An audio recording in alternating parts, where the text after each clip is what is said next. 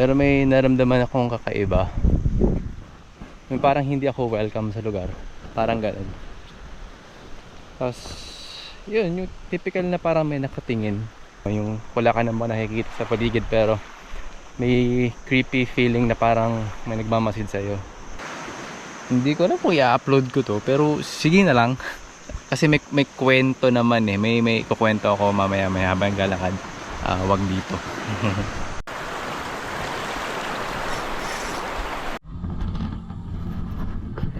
Hey, morning goods mga kaibigan. So excited for this morning. Alam nyo kung bakit? Kasi ang aming shoot ay nauurong ng a few hours today. Kaya ang ending, happy fishing tayo. Eksakto dito sa lugar natin ngayon, sa location ng shoot namin. Walang ref, walang kuryente. So solar lang yung mga tao.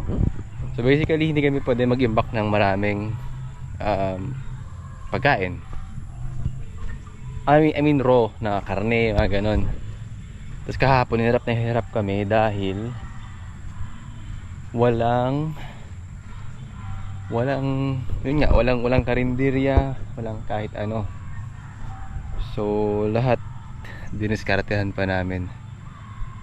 At nagkaroon ako ng alibay na manghuli para sa team.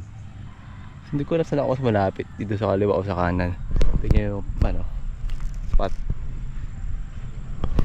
Ayan. So nagtanong na ako sa mga kinauukulan kung meron bang protected area dito. Sabi wala naman daw. Although may mga pinagbabawal na fishing method. Syempre yung usual na dynamite fishing, fine, yung fine na lambat. Pero kawil-kawil okay lang. Pagtanong na rin. Actually kahapon naglaro-laro ako. Soft bait. Sa may mababaw lang ako pero nakahuli na ako ng bugaong. Siguro dito nga talaga. Sige. Mukhang mababasa talaga yung paa natin. Let's go.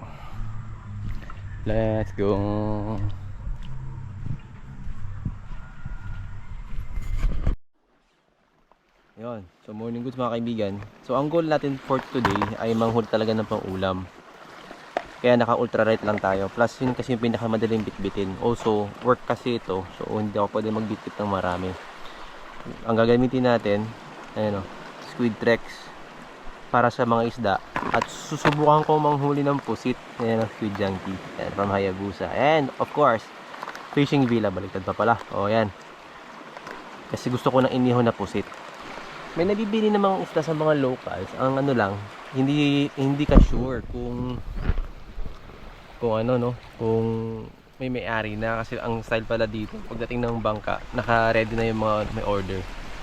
Kaya pang locals lang talaga yung supply ng mga pagkain. Tapos kagabi medyo nabitin kami. So sabi ko sige, since on naman mamumove yung trabaho namin, subukan ko muna manghuli ng pang-ulam. So sana may mahuli rin akong pusit kasi gusto kong kumain ng pusit talaga na inihaw. But mainly ang gagamitin natin ay squid tracks para sa isda. Yan. Ang bala ko mga kaibigan, punta sana ako doon. Pero papuntahan natin yon. Kaya lang, parang naboard ako sa haba ng lalakarin kaya gagis-agis na ako dito. Ang target species ko, lapu-lapu or talakitok. Yun yung gusto kong kainin. Kasi masarap yun eh. Ayoko ng bugaong, sana wala. Saka habang papunta ron maghahagis-hagis na rin.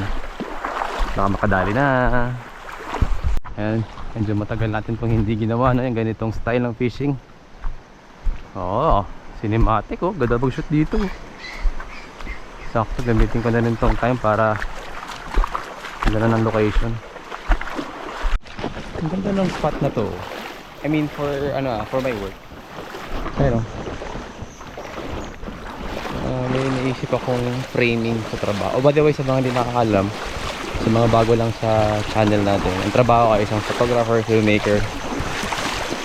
Tapos most of the time sa Palawan gumagawa ako ng mga weddings.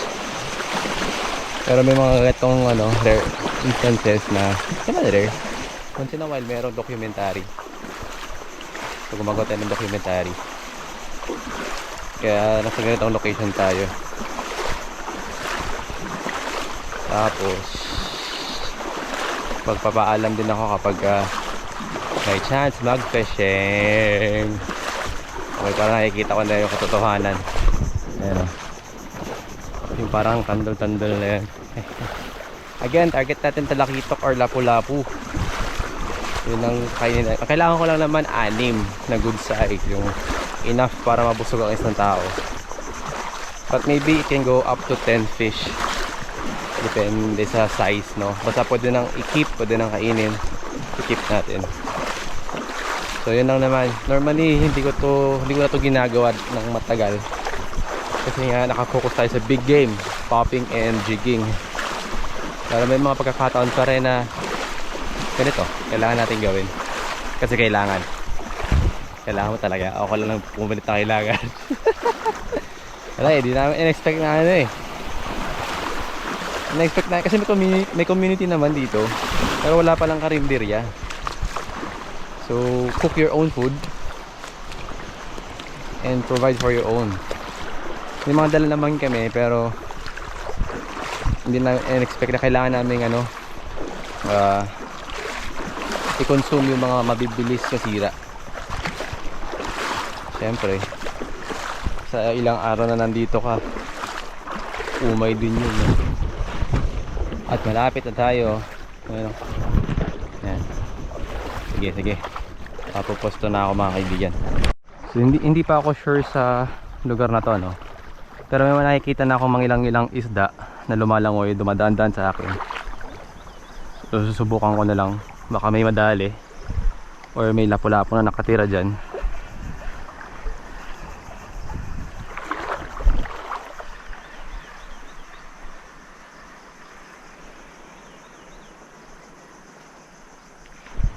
Naulak sa first cast. Sige, sikarin na natin dun para sigurado.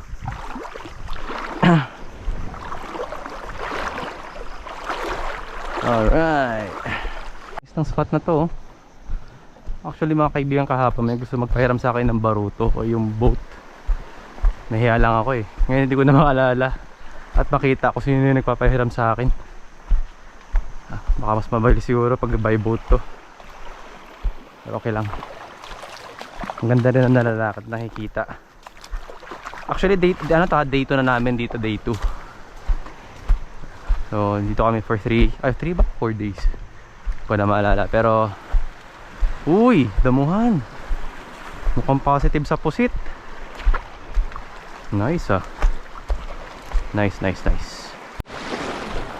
Ito mga kaibigan, no? Medyo malabo-labo. Pero parang positive sa pusit. May pusit kaya dito?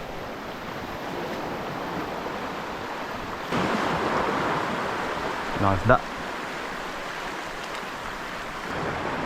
Ano may lumapit ah. Last cast kapag ka ano.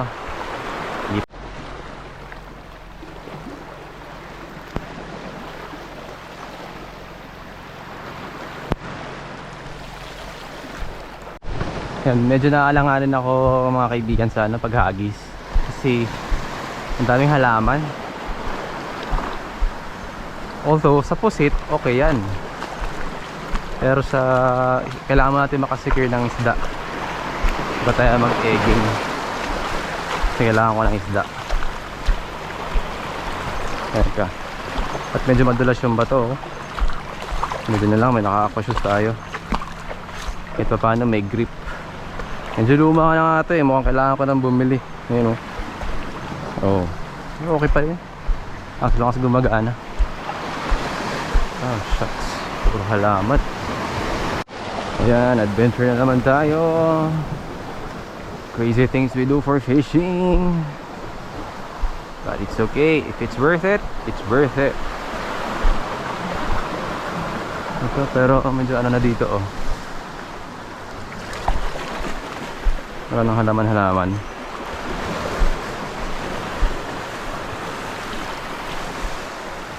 Try daw.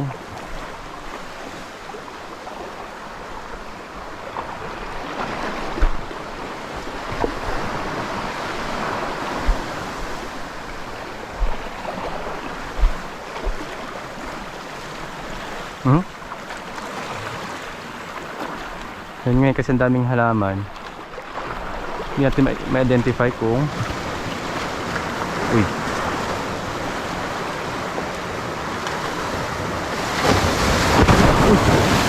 may rogue wave, may rogue wave. Nangyari dito. Teka ha, ayusin ko muna.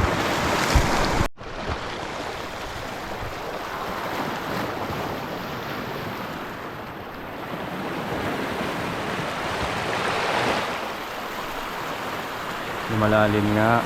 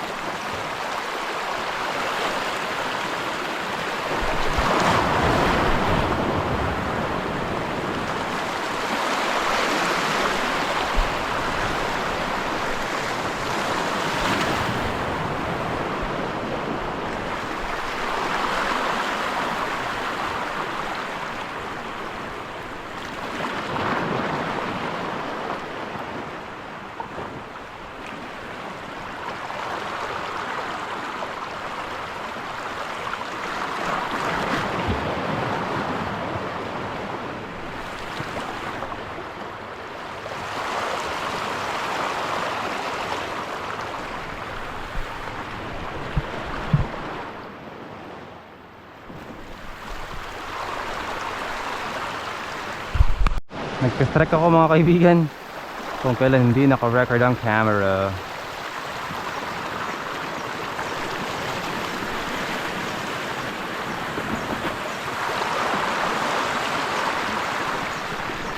Yun, strike fish. Yung sinasabi ko. Shit. Oh, yan sinasabi. Pa-high tide na pa naman.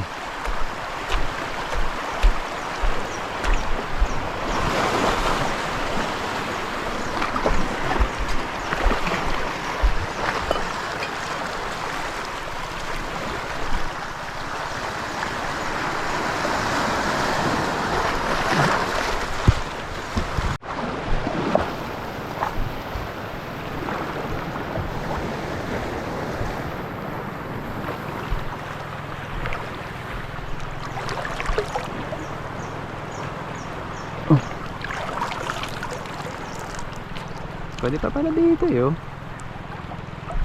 Oh. Talaga madamo lang. Mukhang hindi tayo uubra dito mga kaibigan. Ang daming damo.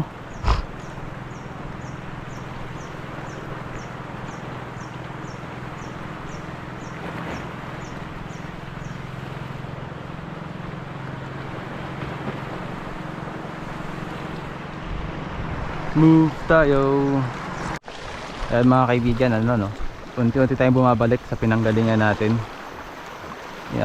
Incoming yung tide. So nawawala na yung mga damo-damo. Inobserbahan ko pa rin yung paligid. Dito try natin. So dapat ata yung fishing dito ano eh, boat.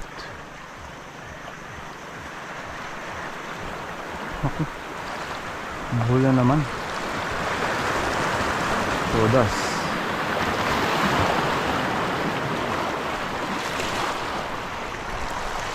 Bula naman mga kaibigan. Ayusin muna natin. Ayan guys, buhol for the second time.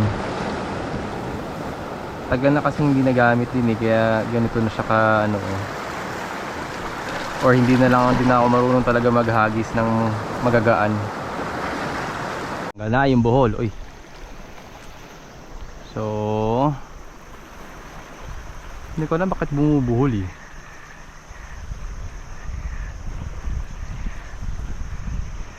Pero okay lang. Kalilitan naman ng inuhuli natin dito. Ayun siya oh. Medyo marumi yung pagkakadugtong ko. Pero sige lang. Go mga kaibigan, let's try again. Nagtatempo kong lumusong eh. Ayan o. Oh shit. Dato, ayun. Ito. Halaman. Walang kumakagat sa squid tricks mga kaibigan. Try natin yung mga usual minnows. Meron pa akong mga luma dito eh. Ito. Medyo scary lang kasi siya dahil medyo may kamahalan.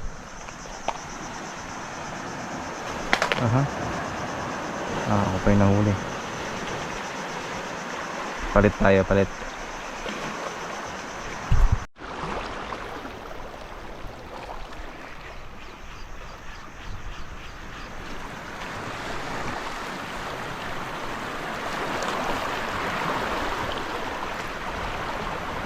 Walang isda ah. Nice.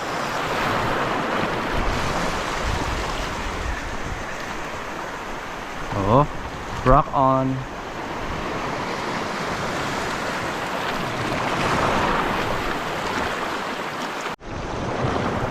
Yan mga kaibigan, medyo unexpected yung result, no? Wala pa tayong nahuhuli. In-expect ko meron eh, or marami. Baliktad, wala. But it's okay, ganun talaga ang fishing. Huli ang damo. Oh, damo.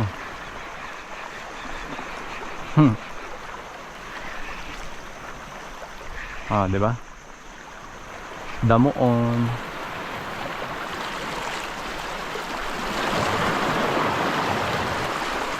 Last cast tapos bye-bye na tayo pabalik.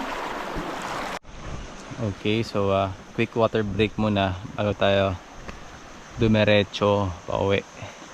Kasi pagtingin ko sa orasan kayo na magdanay na eh. Kasi meron pa tayong isang oras kalahati bago magsimula yung prep namin for the afternoon work, no? Hindi ko na po i-upload ko to, pero sige na lang. Kasi may kwento naman eh. May kukwento ako mamaya habang galakad.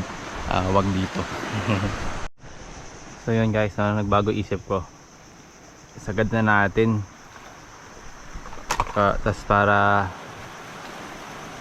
okay na. Baka kasi wala talagang isda dito ng ganitong oras. Pero baka may pusit. So susubukan ko mag-egging. Try lang. Ito, ayabusa. Ayan. Ayan o, ayabusa. Hindi talaga ako marunong gumamit nito. Pero baka tsamba ba? Kasi walang isda eh. Try lang natin. Hindi talaga ako marunong nito. Pero bukan natin para malaman natin kung may nakakaihaw ba tayo ng pusit ngayon. Yun o. Okay, tara, subukan natin. Since maraming damo mga kaibigan sa area, baka ito yung tamang lure, no? Egging. Okay, try natin ha. Hindi rin ako marunong nito eh. Pero baka na dito ang ating swerte.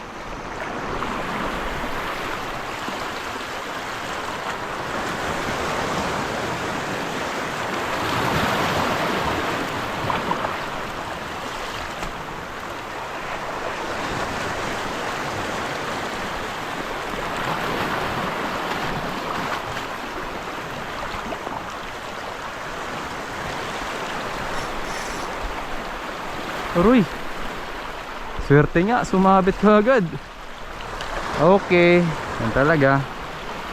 Sabihin, uy, kahit ay pa naman. Wala, lusong to, lusong. Saglit, baba natin yung ibang gamit. Ayan. Pangalawang hagis, sabit. Siyempre, sinisid natin. Pero mukhang hindi sa atin ang to. Wala tayong swerte ngayong umaga. Nadisgrasya lang ako. Ayan o. Uy, bloody. So, nangyari kasi, paakit na ako sa bato, no? Yan, banda. Ayan o, tabi alon na yan. So, dalawang ganyang alon. Kung tutusin, maliit lang siya, pero yung agos malakas. Pagka hampas ng una, hinila ako. Ay, tama ba? Tama. Pagpisa nung una, tinulak niya ako pataas, na out of balance ako. So, anong nangyari? Muntik akong mapahiga. So, kinalang ko ngayon yung kamay ko. Ngayon, may kasunod pang alo ng animal. At mas malaki. So, pag push niya sa akin, tinulak niya ako pakabila naman. Doon sumabit yung paa ko. Ayan, meron ako ng mga gas-gas. Pero maliit lang naman. And that's part of fishing, man. Ayan talaga. Sana hindi lang ito ma-infection ng bakterya sa bahura. Yan naman ang iniiwasan natin eh. Ugas. At medyo mahapdi na siya. So yun naman mga kaibigan, nag-decide na ako, no? Hindi na muna tayo mag-spot sa area na to. Kung tutusin, promising eh. Yun nga lang, maraming damo. So nagpalit tayo ng egging just in case baka may pusit na naniligaw. Ang problema nga sumasabit sa halaman, kaya yung kailangan kong sisirin. Anyway, good try. Pero malapit na yung oras natin para bumalik. Siguro soft plastic na lang, maghahagis-hagis na lang ako doon sa gilid habang pauwi. Yun na lang siguro gagawin ko. At lilinisin ko muna yung sukat ko pagbalik doon sa quarters, para lang sigurado at safe tayo. Okay mga kaibigan, let's go. So ibalik ko tong soft plastic. Laro-laro tayo, mumurahin. Laro-laro lang, hagis-hagis. Parang ginagawa nito ni kuya, parang sarap sumama sa kanya. Kalambat, nagalambat siya.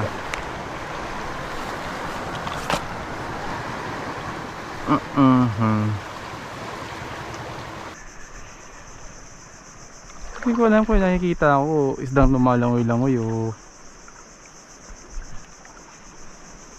anino. Ay, isda nga. May mga isda nga dito banda. Bakit dito na tayo makakahuli? So plastic pa. Yan naman, may nakikita na ako dumadaan-daan. Sa bagay, sabi ng mga taga dito, magandang gawin yung ganitong style paghibas. Mga palata, ang dami.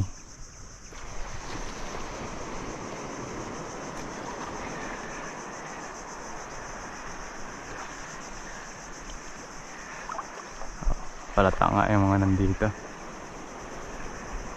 Alam niyo yung naalala ko sa lugar na to, yung parang trip namin sa Coron kasama yung fishing villa. Katong ganito yun eh. Parang sobrang ideal niya. Pero wala kang masyadong mahuling isda sa or malilay ang timing. Minsan ganun. Pero basta kasi may community, expect mo na papangisdaan to araw-araw. Ayun no. May mga mahabol-habol naman eh. May nakikita ko eh. Ibig sabihin may isda. Hindi lang talaga kumakagat. Kaya naglalaro-laro na lang tayo. Oop. Oh, mayroon na. May hit oh. Oh, yun na. Ay, sabit. Joke lang. Nawala. Feeling ko kung may popper ako, baka nagkaroon ako ng chance kahit pa paano sa talakitok. Ang ganda dun, oh. Mga floating lure. Very bad buhol mga kaibigan. Uy, huli ang damo. Tsaka daming buhol. Teka nga, hindi ko alam anong problema nito.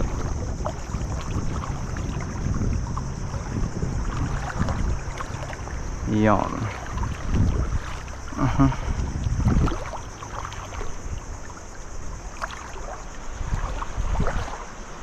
Ayusin nga muna natin yung line. Ang dami niyang issue sa buhay.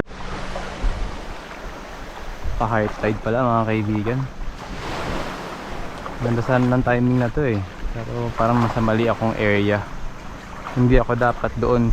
Sabi kasi ng mga locals, doon sa pinanggalingan ko na yun, doon daw maraming nahuhuli sa ganitong style ng fishing. Ang problem, madamo. Kaya sabit ako ng sabit. Tapos tinry ko mag-egging kasi madalas yun yung bahay ng pusit eh. Bahay ng pusit yung mga ganun. Wala din. But at least nalalaman natin yung mga ideal na lures, no? Pagka ganun dapat floating or meron micro poppers, or kung mayroong boat maganda siguro. Ngayon sa kalumaan ng line, buhol ng buhol. Nakailan na ako. Parang pangatlo na ata ngayon. Ngayon yung malala kasi ang dami. Ang mangyayari niyan, pag hindi ko na mapatuwid, dudugtong ko na lang. Tapos gano'n na lang, dugtong na lang. Maliliit lang naman yung mga nahuhuli sa ganitong setup. Kaya hindi naman siya magiging issue. Unlike pag jigging, hindi pwede.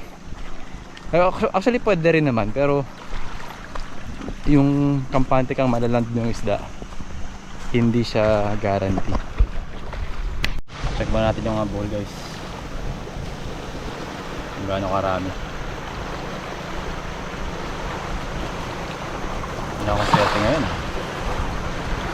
Bukas siguro kung may time pa bukas. Wala ito.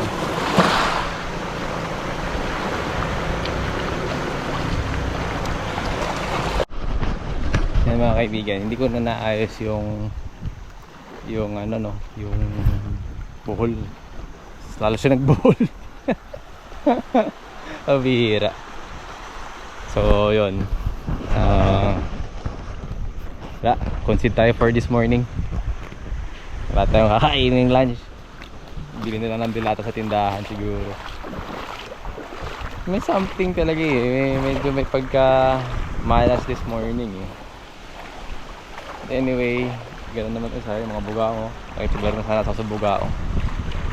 Bugaong gaming niya lang. Ay, matulay. Ayun na yung ano. Ayun, okay. Kanina hanap namin yung area oh. Ay ko pa pala pwede ipakita kasi confidential. Pero yun yung kailangan namin i-document na. Silipin ko saglit. So yung mga kaibigan, ang nangyari kasi no, may something na kung maalala nyo yung pato kanina na madilim, yung unang buhol, doon ako nagtanggal. For some weird reason, hindi naman ako mapagpaniwala, hindi rin ako masyadong matatakotin sa mga bagay-bagay. Pero may naramdaman akong kakaiba. May parang hindi ako welcome sa lugar. Parang ganun. Tapos, yun, yung typical na parang may nakatingin. Yun yung naramdaman ko doon. Hindi dahil something supernatural or possibly supernatural din. But it's more of instinct kasi 'di ba yung tayo mga tao, ano tayo, predators. So naghahunt tayo. Similar thing, if you're hunting, sometimes you're being hunted. Ganyan yung feeling din sa mga scuba diving, no, yung wala ka naman nakikita sa paligid pero may creepy feeling na parang may nagmamasid sa iyo. So that's possible na merong shark, tiger shark, bull shark nearby na nasa-sense yung presence mo. So, parang ganun ko siya tinitignan kanina. Yung situation na yun na parang may nakatingin sa akin or may nagmamasid sa akin. Kaya hindi na ako tumiretso doon. Hindi na ako tumiretso doon sa kabila. Kasi nga ganun yung pakiramdam ko. So nag-decide ako bumalik pa unti-unti. And after nun, yun na. O kamalasan na. Buhol, sabit, isid. Buhol. Ngayon talagang malala yung buhol. Kailangan ko siyang asikasuhin. Pero tatamad na akong tawag ito, i-untangle siya. I-ano ko na lang. Puputulin ko na lang, mag-FG na lang ako ng bago. Ano lang siguro. Kasi tingin ko sumasabot siya pagka may buhol eh. So yun. Yun lang. Meron pa tayong ilang minuto siguro or less than an hour para mag-fish. Pero kung magtatali ako at magdudugtong, di na rin naabot. So nag-decide na ako na umuwi na pagtrabaho. Sabihin ko na sa kasama ko, guys, I'm sorry. Wala akong nahuli. Kahit sa squid, wala. So may susubukan akong spot if may time ulit. Sana may time pa kami after or during breaks. May susubukan akong bagong spot. So yun lang. Sige, hope to see you soon. Naway hindi kayo na boring sa episode na walang huli. Yan, ganun talaga. Tsaka maglalaban muna ako kasi ito lang dala kong pang fishing eh. So uulitin ko lang to. Okay.